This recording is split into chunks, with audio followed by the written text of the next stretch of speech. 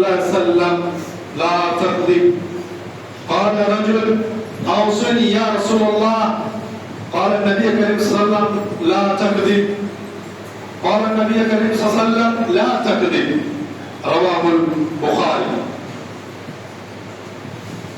সর্বাগে সেই মহান করুণাময় প্রশংসা যিনার অশেষ কৃপায় আজকে সকলেই আমরা এই জুমা মসজিদে একত্রিত হতে পেরেছি। তার উপরে আমাদের ধর্মের গুরু, ধর্মের নেতা আকায়ে নামদার তাজদারে বাদানি আহমদ মুস্তাফা মুহাম্মদ মুস্তাফা সাল্লাল্লাহু আলাইহি ওয়াসাল্লাম, তিনার উপর শত শত শান্তির ধারা দরুদ অবতীর্ণ হোক। আল্লাহুম্মা সাল্লি আলাইহি আল্লাহুম্মা বারিক আলাইহি। আমার মুসলিম সমাজ, আজ এই পবিত্র জুমার দিনে সাপ্তাহিক ঈদে 5 থেকে 20 মিনিটের মধ্যে আপনাদেরকে সহিহ হাদিস থেকে কিছু শোনাবো ইনশাআল্লাহ, এবং কি সেই হাদিস সম্পর্কে মুহাদ্দিসিনে কেরাম, ওলামা কেরামরা কি বলেছেন, তিনাদের আকওয়াল আপনাদের সামনে তুলে ধরবো ইনশাআল্লাহ। আমি আবু হুরায়রা থেকে একটি বর্ণিত হাদিস পরিবেশন করেছি আপনাদের সামনে। সেই হাদিসটি ইমাম বুখারী রাহিমাহুল্লাহ তিনার সহিহ গ্রন্থের মধ্যে তিনি উল্লেখ করেছেন। হাদিসটি ব্যাখ্যা আপনাদের সামনে সর্বপ্রথম তুলে ধরি, তারপরে বিশ্লেষণ করব ইনশাআল্লাহ। যারা আরবি বুঝেন তারা অবশ্যই বুঝতে পেরেছেন যে এই হাদিসের মধ্যে নবী করিম সাল্লাল্লাহু আলাইহি ওয়াসাল্লাম কি বলতে চাচ্ছেন। হাদিসটি হচ্ছে আবি হুরায়রা রাদিয়াল্লাহু আনহু, হযরত আবু হুরায়রা রাদিয়াল্লাহু আনহু থেকে বর্ণিত, আন্না রাজুলান ক্বালা লিন-নবী সাল্লাল্লাহু আলাইহি ওয়াসাল্লাম, একদা এক ব্যক্তি নবী করিম সাল্লাল্লাহু আলাইহি ওয়াসাল্লামের কাছে এসে বললেন, আউসিনি ইয়া রাসূলুল্লাহ, আউসিনি ইয়া রাসূলুল্লাহ, হে আল্লাহর প্রিয় নবী, আপনি আমাকে কিছু ওসিয়ত করুন, কিছু আমাকে ওসিয়ত করুন। قال النبي صلى الله عليه وسلم, নবী করিম সাল্লাল্লাহু আলাইহি ওয়াসাল্লাম বললেন, লা তাকযাব, তুমি রাগ করিও না। গজব শব্দটির অর্থ হচ্ছে রাগ করা। লা তাকযাব এর উর্দুতে ব্যাখ্যা করা হয়েছে তুমি গুসা না করো, অর্থাৎ তুমি রাগ করো না। নবী করিম সাল্লাল্লাহু আলাইহি ওয়াসাল্লামকে সেই ব্যক্তি কয়েকবারই জিজ্ঞাসা করলেন, আউসিনি ইয়া রাসূলুল্লাহ, আউসিনি ইয়া রাসূলুল্লাহ। নবী করিম সাল্লাল্লাহু আলাইহি ওয়াসাল্লাম তিনার প্রত্যেকটি প্রশ্নের এই উত্তরে নবী করিম সাল্লাল্লাহু আলাইহি ওয়াসাল্লাম সেই ব্যক্তিকে একটি কথা বলেছিলেন, লা তাকযাব, লা তাকযাব, তুমি রাগ করো না, তুমি রাগ করো না, তুমি রাগ করো না। এই হাদিস সম্পর্কে ইমাম ইবনে হাজার রাহিমাহুল্লাহ কি বলছেন, এবং কি আরো কায়েস বিন জারিয়া ইনি কি বলছেন এই হাদিস সম্পর্কে, এটা আপনাদের সামনে তুলে ধরছি। তার আগে এই হাদিসের সারমর্ম হলো একটাই, নবী করিম সাল্লামকে যখন সেই ব্যক্তি বলল যে আল্লাহ রাসূল আপনি আমাকে ওসিয়ত করুন, কিছু আমাকে ওসিয়ত করুন যাতে আমি ভালো কাজ করতে পারি, নবী সাল্লাল্লাহু বললেন কি তুমি রাগ করো না। কেন? তার কারণ কি? তার কারণ নবী সাল্লাল্লাহু যে বললেন লা তাকযাব, তুমি রাগ করো না, তার কারণ ইমাম ইবনে হাজার রাহিমাহুল্লাহ এবং কি ইমাম জারিয়া বিন কুদামা ইনিও বলছেন কি ফাইদাল গযব ইয়াজমাউ আশ-শার কুল্লাহ। তিনার লফজ আলফাজ বাক্য আপনাদের সামনে তুলে ধরছি। ইবনে হাজার রাহিমাহুল্লাহ কি বলছেন ফাইনাল গযব ইয়াজমাউ আশ-শার কুল্লাহ, এর অর্থ হচ্ছে এই ইমাম হাজার রাহিমাহুল্লাহ বলছেন যে রাগ, গুসা এমন একটি জিনিস যে সমস্ত রকমের বদমাশি কাজ এবং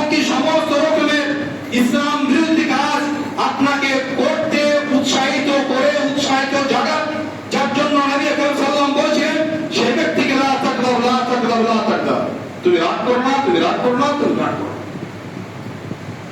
ইমাম ইবনে হাজার রাহিমাহুল্লাহ একটি বিশাল বড় মুহাদ্দিস ছিলেন। তিনি এই কথা বললেন, তিনি এই কথা বলার বিষয়ে তিনি উদ্দেশ্য হতে আপনি আপনার ব্যক্তিগত জীবনে বা আমরা সকলেই আমাদের ব্যক্তিগত জীবনে যদি আমরা একটু দৃষ্টিপাত করি তাহলে আমরা বুঝতে পারবো যে আমরা রাগান্বিত হলে, রাগ করলে অনেক ধরনের খারাপ কাজ করে বসি। রাগ হয়ে গেলে মানুষকে গালিগালাজ করি, রাগ হয়ে গেলে এমন কিছু আমাদের মুখ থেকে আমরা আলাপ আলোচনা করি, কথাবার্তা বলি যেটা শরীয়ত বিরোধিতা, যেটা আমরা অনুভব করতে পারছি না, যেটা আমরা অনুভব করতে পারি না। সামান্য একটি আপনাদেরকে উদাহরণ দিই, তাহলে আপনি অনুভব করতে পারবেন। রাগান্বিত হলে কেউ যদি আপনাকে কোনো কথা বলে আর সেই কাজটি আপনি করেননি, তাহলে আপনি রাগান্বিত হয় সেই ব্যক্তিকে বলেন, মায়েরই আমি মায়ের কিরা, আমি এই কাজ করিনি, আমার দ্বারা এই কাজ করা সম্ভব নয়। আপনি যে মায়েরই বললেন এর তো অর্থ জানেন?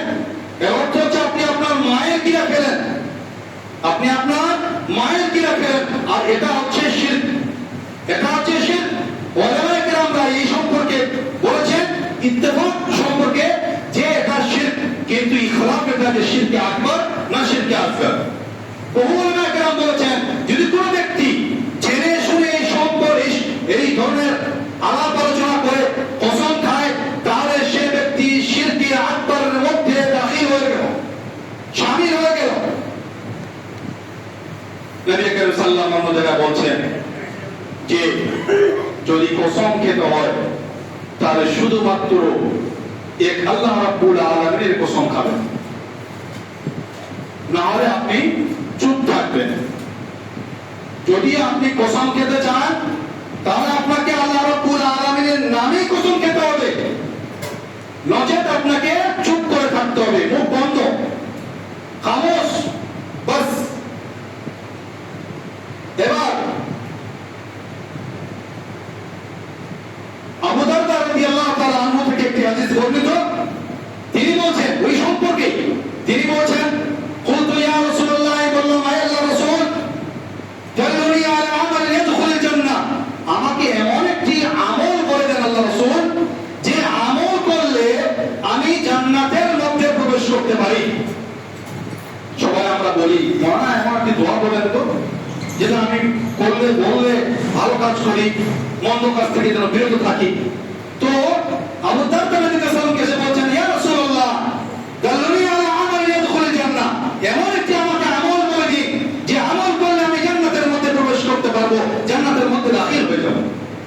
নবী করিম সাল্লাল্লাহু আলাইহি বলছেন, লা তাগদাব, রাগ করো না, ওয়ালাকাল জান্নাহ, যদি তুমি রাগ না করো তাহলে তোমার জন্য জান্নাত।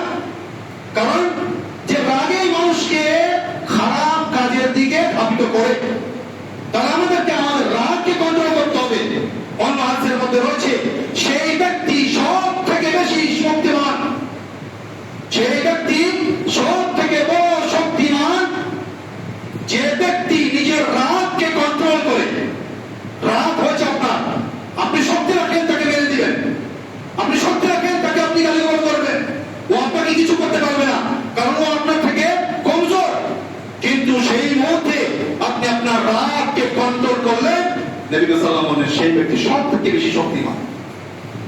আমি মেরে দিলাম, আমি শক্তিমান না, যদি আমি সেই সময় আমার রাগকে কন্ট্রোল করি তাহলে আমি সব থেকে বড় শক্তিমান। সব সময় একটা কথা মনে রাখবেন, আমরা কোন সময় ধৈর্য ধরবো। আপনাকে কেউ পুরানোর কোন কথা বললো, আপনার রাগ হয়েছে, কিছু বলবেন, কিন্তু আপনি কন্ট্রোল করে আপনি ধৈর্য ধরলেন, আপনি বললেন হাসবিনাল্লাহ হাসবুনাল্লাহ নি'মাল ওয়াকিল, হাসবুনাল্লাহ ওয়া নি'মাল ওয়াকিল, আল্লাহ রাব্বুল আলামিন আমার জন্য যথেষ্ট, যা করবে আল্লাহ রাব্বুল আলামিন করবে। আপনি আপনার মামলা আল্লাহ রাব্বুল আলামিনের কাছে সঁপে দেন, ঈশ্বর আল্লাহ রাব্বুল আলামিন তার ভালো পরিমাণ আপনাকে দেবেন। তাহলে বোঝা গেল কি, আমাদেরকে নিজের রাগকে আমাদের কন্ট্রোল করতে হবে, আমাদের নিজের রাগকে আমাদের নিজের নিয়ন্ত্রণের মধ্যে রাখতে হবে। আর এই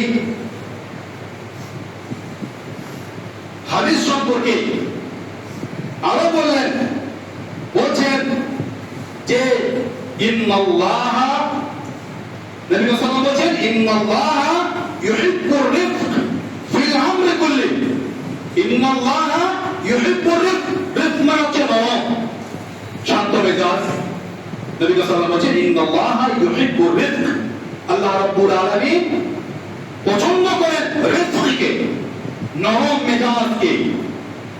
ফিল আমরি কুল্লি, সমস্ত রকমের মুআমালার মধ্যে, সমস্ত রকমের মুআমালার মধ্যে নরম থাকাটা, নরম আলাপ বার্তা করাটাই আল্লাহ রাব্বুল আলামিন সব থেকে পছন্দনীয়। আমরা কোন সময় কথোপকথন করি আমাদের মধ্যে, আমরা বলি বাপ ওকে যদি আমি মানে কোথায় যদি জিতে যাই, আরে আমার নাম হয়ে যাবে না। আল্লাহ রাব্বুল আলামিন আপনার পছন্দ করে। আপনাকে কিছু বলছেন, আপনি সবর করুন, ধৈর্য করুন, বলুন হাসবুনাল্লাহু ওয়া নি'মাল ওয়াকিল, আমার জন্য আল্লাহ রাব্বুল আলামিন যথেষ্ট।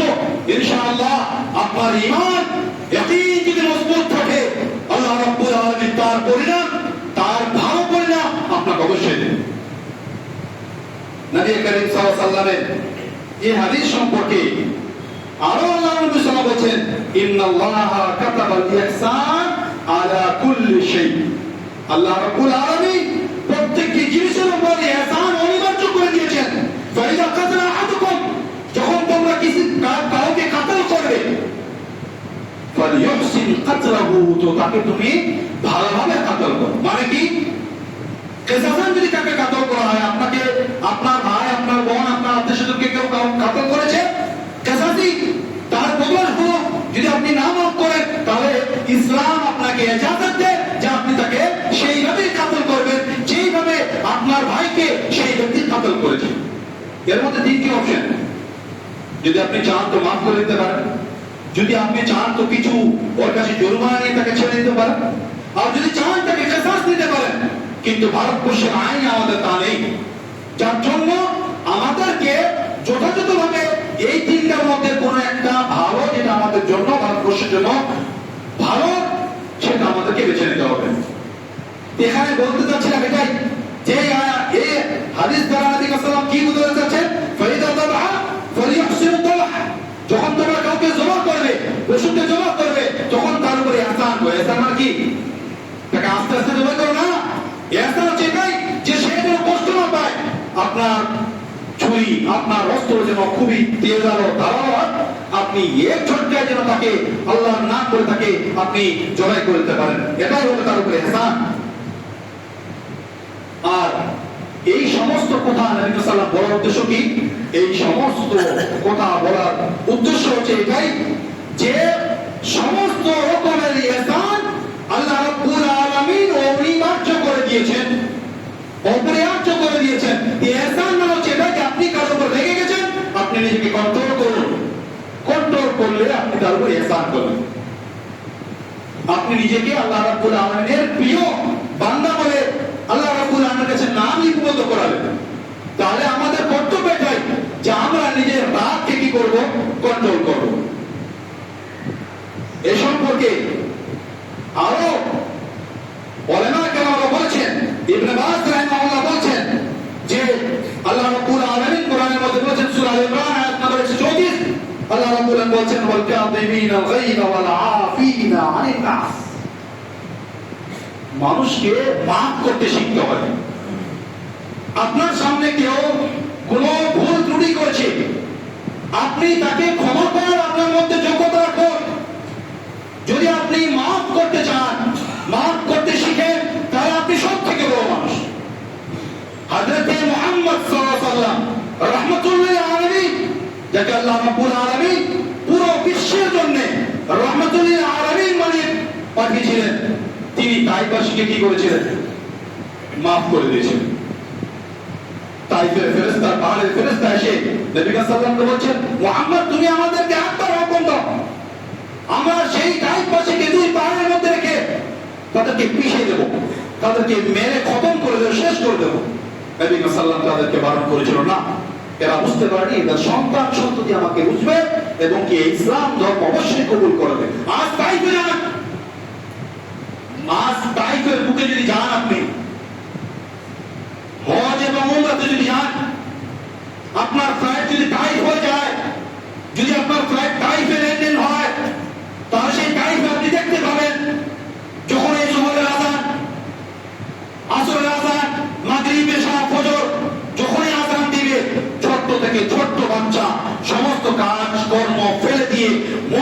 এসে কমসে কম আগে ফরজ নামাজটুকু আদায় করে আবার চলে যান। এই হোক তাইফের অবস্থা। কারণ নবী সাল্লাল্লাহু দোয়া করেছিলেন এই তাইফবাসী এখন বর্তমানে আমাকে বুঝতে পারেনি, কিন্তু এর সন্তান সন্ততি আমাকে অবশ্যই বুঝতে পারবে এবং এই ইসলাম ধর্মকে কবুল করবে। আজ সেই তাইফের অবস্থা এই। আপনাকে আরো একটি কথা বলি, আল্লাহর নবী মুহাম্মদ সাল্লাল্লাহু আলাইহি ওয়াসাল্লাম যখন মক্কা থেকে মদিনা চলে আসে, আবার মদিনায় যখন মুসলমানের সংখ্যা অধিক বেশি হয়ে যায়, তখন মদিনার মুসলমানকে নিয়ে নবী আকরাম সাল্লাল্লাহু আলাইহি ওয়াসাল্লাম মক্কায় যখন যায়, মক্কা যখন বিজয় করে, তখন তিনি বলেছিলেন, তখন তিনি চাইলে সেখানকার সমস্ত বাসিন্দাকে কতল করে দিতে পারত, কিন্তু না, নবী সাল্লাল্লাহু আলাইহি ওয়াসাল্লাম বলেছিলেন যে আবু সুফিয়ানের বাড়িতে যে ঢুকে যাবে সে মামুন, তাকে কিছু করা হবে না। যে ব্যক্তি কাবাগরের মধ্যে ঢুকে যাবে সে ব্যক্তি মামুন, তাকে কতল করা হবে না। এই সমস্ত এই ধরনের কথা আরো নবী সাল্লাল্লাহু আলাইহি ওয়াসাল্লাম বলেছিলেন। তারা সেখানে গিয়ে কোনো ধরনের কিছু করেনি, এবং কি যারা আমার হাতে বাইট করতে চাইছে তারা বাইট করবে, যারা বাইট করতে চায় না তারা ট্যাক্স দিয়ে আমার এই ভূমিতে জন্মভূমিতে থাকবে। তারা নবী সাল্লাল্লাহু আলাইহি ওয়াসাল্লাম রাগ করলে সেখানে সমস্ত মক্কার সেই বাসিন্দাদেরকে খতম করতে পারতো না। নবী সাল্লাল্লাহু আলাইহি ওয়াসাল্লাম রাগ করেননি, নিজের রাগকে কন্ট্রোলে নিয়ে এসেছেন, এবং কি নবী সাল্লাল্লাহু আলাইহি ওয়াসাল্লাম তাদেরকে সকলকে মাফ করে দিয়েছেন। আর আপনাদের আমাকে শোনাই, আপনি সিরাত আল্লাহর নবীর তারিখ হিস্ট্রি উঠে দেখবেন, আল্লাহর নবীর প্রিয় চাচা হযরত হামজা রাদিয়াল্লাহু তাআলা নবী আকরাম সাল্লাল্লাহু আলাইহি ওয়াসাল্লামের সব সময় সাথ দিয়েছেন। হযরত হামজা রাদিয়াল্লাহু তাআলা যখন শহীদ হন, তখন হিন্দা তার কলিজা ফেটে বুক ফেটে কলিজা বের করে মুখ দিয়ে চিবিয়েছিল। আমার আপনার কারো সাধ্য হবে না কোন মানুষের, কোন মৃত ব্যক্তির সিনা চিরে আপনি তার কলিজা বের করে চিবিয়ে যাবেন, কারো ক্ষমতা হবে না। কিন্তু সেই মেয়ে, কুরাইশ বংশের মেয়ে, সেই মেয়ে তার কলিজা বের করে নিয়ে এসে তার কলিজাকে চিবিয়ে গেছিল, কারণ তার উপর অনেক রাগ ছিল। কিন্তু নবী আকরাম সাল্লাল্লাহু আলাইহি ওয়াসাল্লাম যখন মক্কা বিজয় করেছিল, সেই হিন্দা রাদিয়াল্লাহু তাআলা আনহাকেও মাফ করে দিয়েছিলেন, হিন্দাকেও মাফ করে দিয়েছিলেন, হিন্দা রাদিয়াল্লাহু তাআলাকে মাফ করে দিয়েছিলেন। আপনি বলবেন হিন্দা রাদিয়াল্লাহু তাআলা বারবার আমি কেন বলছি? তার কারণ হচ্ছে ভাই, তিনাকে যখন মাফ করে দেয় তিনি মুসলমান হয়ে গেছিলেন, নবী আকরাম সাল্লাল্লাহু আলাইহি ওয়াসাল্লামের উপর ঈমান নিয়ে এসেছিলেন। ঈমান নিয়ে আসার পরে নবী সাল্লাল্লাহু আলাইহি ওয়াসাল্লামের কাছে যখনই আসতেন, তখন নবী সাল্লাল্লাহু আলাইহি ওয়াসাল্লাম বলতেন যে হিন্দা আপনি আমার সামনে আসবেন না, আপনাকে কোনো কথা জিজ্ঞাসা করা হলে আপনি পর্দার আড়াল থেকে আমার আজওয়াজে মুতাহহারার কাছ থেকে আপনি জেনে নেবেন, আমার সামনে আসবেন। নবী সাল্লাল্লাহু আলাইহি ওয়াসাল্লাম সেই দুঃখ, কষ্ট, রাগ নিজের নিয়ন্ত্রণ করে নিয়েছিল, এবং কি তিনার উপর কোনো ধরনের অত্যাচার করেননি। আরো একটা কথা বলে আপনাকে, হযরত আলী রাদিয়াল্লাহু তাআলা আনহু যখন যুদ্ধের ময়দানে লড়াই করতেন, তখন তিনাকে মুসলমানদের মধ্যে একটি দল, নাম বলছি না, মুসলমানদের মধ্যে একটি দল হযরত আলী রাদিয়াল্লাহু তাআলা আনহুকে আলী কাররামাল্লাহু ওয়াজহু বলে চায়, তিনাকে শেরে খোদা বলে, সেটাও যায় যদি শুধু বাক্য অনুযায়ী যদি বলেন তাহলে। তো শেরে খোদা মানে কি, যে যখন তিনি জঙ্গের ময়দানে থাকতেন, তিনি এক এক করে কাফিরদেরকে নিজের রাস্তা থেকে কতল করতে করতে আগে বেড়ে যেতেন। এমন অবস্থায় এক কাফিরকে হযরত আলী রাদিয়াল্লাহু তাআলা আনহু যখন কতল করতে যান, এই সময় সেই কাফির ব্যক্তি হযরত আলী রাদিয়াল্লাহু তাআলা আনহুর মুখে থু করে তার মুখে থু দিয়ে দেন। হযরত আলী রাদিয়াল্লাহু তাআলা আনহু সঙ্গে সঙ্গে নিজের রাগকে কন্ট্রোল করে তলোয়ার নিজের মধ্যে ফেলে দিয়ে বলে, তোমাকে যদি আমি এই সময় কাতল করি তাহলে আমার রাগ হিসেবে তোমাকে কাতল করা হবে, যার জন্য আল্লাহ রাব্বুল কাছে কোনো সওয়াব পাবো না, এই জন্য আমি তোমাকে ছেড়ে দিলাম, তোমাকে কাতল করবো। তবে বুঝতে পারছেন সেই ব্যক্তি কাতল করার যোগ্য, কিন্তু যখন তিনি মুখ থেকে থুক দিয়ে তার মুখের মধ্যে থুতু করে দিলেন, হযরত আলী রাদিয়াল্লাহু তাআলা নিজের রাগকে কন্ট্রোল করে তাকে ছেড়ে দিলেন, যা এখন তুই যদি আমি কাতল করি তাহলে আমি নিজের রাগকে কন্ট্রোল না করতে পেরে তোমাকে আমি কাতল করবো, এই জন্য আমি তোমাকে এখন কাতল করলাম না, ছেড়ে দিলাম। তাহলে এই সমস্ত তারিখী ওয়াকিয়া ঘটনা এবং আল্লাহ রাব্বুল আলামিন হযরত মুহাম্মদ মুস্তাফা সাল্লাল্লাহু আলাইহি ওয়াসাল্লামের হাদিস দ্বারা আমরা একটাই কথা বুঝতে পারলাম যে আমাদেরকে নিজের রাগকে কন্ট্রোল করতে হবে, আমাদেরকে নিজের রাগকে নিজের নিয়ন্ত্রণের মধ্যে রাখতে হবে।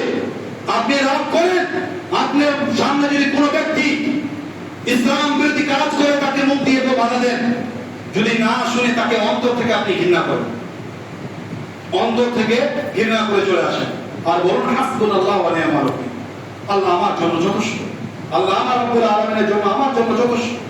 তোমার এই পরিণাম, তুমি যে কর্ম করছো সেই কর্মের ফল আল্লাহ রব্বুল আলামিন তোমাকে অবশ্যই দেবে, অবশ্যই দেবে। যার জন্য আপনি বলবেন যে দুনিয়ার মধ্যে অনেক অত্যাচার, অন্যায়, ব্যভিচার হচ্ছে, আমি বলবো ওলামায়ে কেরামরা বলছেন শেখ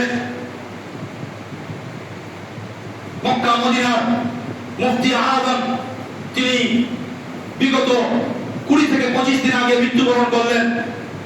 তিনি বলেছেন যে মানুষ যদি কোনো অন্যায় অত্যাচারের কাজ করে তাহলে তাকে নিজের মন থেকে ঘৃণা করতে হবে। ঘৃণা করতে হবে মানে কি? তাকে আপনি মন থেকে ঘৃণা করুন আর তার পরিণাম আল্লাহ রাব্বুল আলামিন তাকে দেবে। তার এই কর্মের ফল আল্লাহ রাব্বুল আলামিন অবশ্যই তাকে দেবে। কিন্তু এই পৃথিবীর বুকে অনেক ধরনের লোক খারাপ কাজ করছে, আমরা করছি, কিন্তু আমাদের কোনো ব্যাঘাত করছে না, আমাদের ব্যাঘাত করছে যেটা আমরা অনুভব করতে পারছি না। আর যাদের ব্যাঘাত ঘটে না তাহলে মনে করবেন আল্লাহ রাব্বুল আলামিন কোরআন পাকের মধ্যে বলেছেন ওয়ামহিলহুম রাইদা, তাদের রশ্মিকে আল্লাহ রাব্বুল আলামিন ঢিল দিয়েছেন। কখন টেনে দেবে? আপনাকে তওবা করার আল্লাহ রাব্বুল আলামিন সুযোগ তখন দেবেন। তাই মানুষকে সব সময় যথাযথভাবে ইসলামের পথে চলার দরকার। নিজের রাগকে কন্ট্রোল করুন, তাহলে ইসলামের প্রতি অটল থাকতে, আপনাকে এই রাগ কন্ট্রোল করলে আপনাকে ইসলামের প্রতি অটল থাকতে সহযোগিতা করবে। আমার মুসলিম সমাজ, সময় অনেক নিয়ে নিলাম, আপনাদের এখানে খুতবা শেষ হয় 12:45, সেখানে আমি 5 থেকে 7 মিনিট 10 মিনিট বেশি নিয়ে নিয়েছি, যার জন্য আপনাদের কাছে ক্ষমা প্রার্থী। আল্লাহ রাব্বুল আলামিনের কাছে অবশেষে দোয়া করি, আল্লাহ তুমি আমাদের সকলকে এই সুন্দর ইসলামটা সুন্দরভাবে নিউট্রাল হিসাবে থেকে ইসলামটাকে সঠিকভাবে বুঝার তৌফিক দান করো। আল্লাহ রাব্বুল আলামিন তুমি আমাদের সকলকে নিজের রাগকে নিজের নিয়ন্ত্রণের মধ্যে রাখার তুমি তৌফিক দান করো। আল্লাহ রাব্বুল আলামিন তুমি আমাদের সকলকে ঈমানি জজবা, ঈমানি তাকওয়া, মুত্তাকি, পরহেজগার হয়ে থাকার এই পৃথিবীর বুকে আমাদেরকে তৌফিক দান করো। আল্লাহ রাব্বুল আলামিন আমাদের ঈমান আমলকে তুমি কবুল করো। আল্লাহ রাব্বুল আলামিন পৃথিবীর বুকে যতদিন বেঁচে থাকবো আল্লাহ রাব্বুল আলামিন তুমি আমাদের সকলকে ঈমান আমলের সাথে বাঁচিয়ে রাখো। আল্লাহ রাব্বুল আলামিন যখন আমাদের দেশ শেষ নিঃশ্বাস ত্যাগ করবো আল্লাহ রাব্বুল আলামিন, তখন তোমার নামে যেন আমরা নিজের শেষ নিঃশ্বাস এই পৃথিবী থেকে শেষ করতে পারি, তার তুমি আমাদেরকে তৌফিক দান করো। আল্লাহ রাব্বুল আলামিন আমাদের মধ্যে যারা অসুখ বেসুখে লিপ্ত রয়েছে আল্লাহ রাব্বুল আলামিন তাদেরকে তুমি অসুখ বেসুখ থেকে মুক্তি দাও এবং কি তোমার দ্বীনের উপর তাদেরকে আসার তৌফিক দান করো। আল্লাহ রাব্বুল আলামিন সকলকে 5 ওয়াক্ত নামাজ পড়ার তৌফিক দান করো। আল্লাহ রাব্বুল আলামিন তুমি আমাদের সকলকে যা আমরা বললাম, যা আমি বললাম, সর্বপ্রথম আমাকে এবং কি সকল মানুষকে তার উপর আমল করার তৌফিক দান করো। ওয়া আলাইনা ইল্লাল বালাগ। আল্লাহুম্মা